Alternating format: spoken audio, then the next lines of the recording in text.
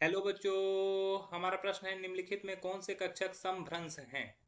3D xy, 4D xy, 3D z², 3D yz, 4D yz, 4D z²। चलिए समझते हैं इस प्रश्न को। अगर बात की जाए इस प्रश्न की मुख्य अवधारणा की, तो मुख्य अवधारणा में हमको समझना है समभ्रंश कक्षक, समभ्रंश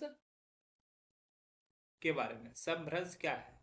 तो समभ्रंश उसको बोलते हैं ऐसा कक्षक जिसकी ऊर्जा समान होती है।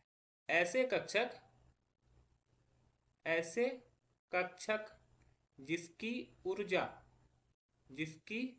ऊर्जा समान होती है।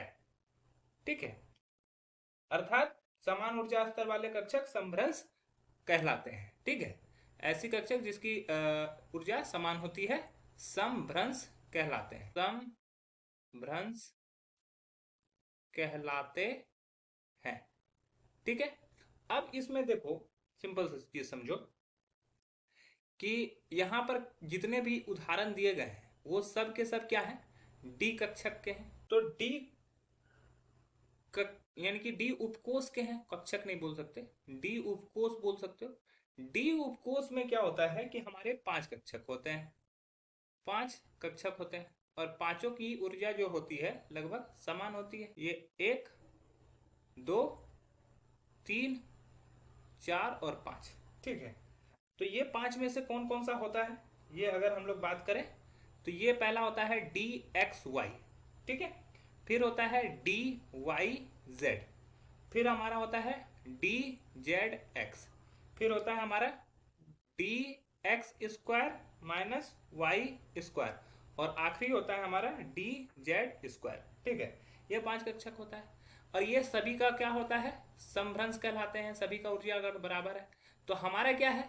3D वाला अलग हो जाएगा, क्योंकि 3D जो होता है, 3D अगर मान लो 3D कक्षक ले तो 3D के सारे रहेंगे, और 4D लेंगे तो 4D का पूरा होगा। यहाँ पर n का वैल्यू भी मैटर रखता है। ठीक है, क्योंकि n नंबर ऑफ कक्षक जो होगा उसका ऊर्जा अलग अलग होता है। n3 का वैल्यू अलग होगा, n4 का अलग होगा, मतलब कि तीसरे कक्षक जो होते हैं उसकी ऊर्जा स्तर अलग होगी, 4 की ऊर्जा स्तर अलग होगी।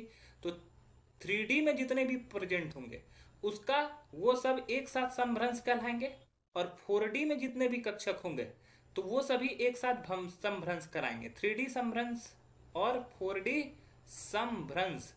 तो 3D समभ्रंश कौन से हो गए? तो ये 3D कक्षक में जो है 3D xy, दूसरा हो गया 3D yz और 3D z²। ये तीनों एक समभ्रंश हो गए, और 4D के क्या हो जाएंगे?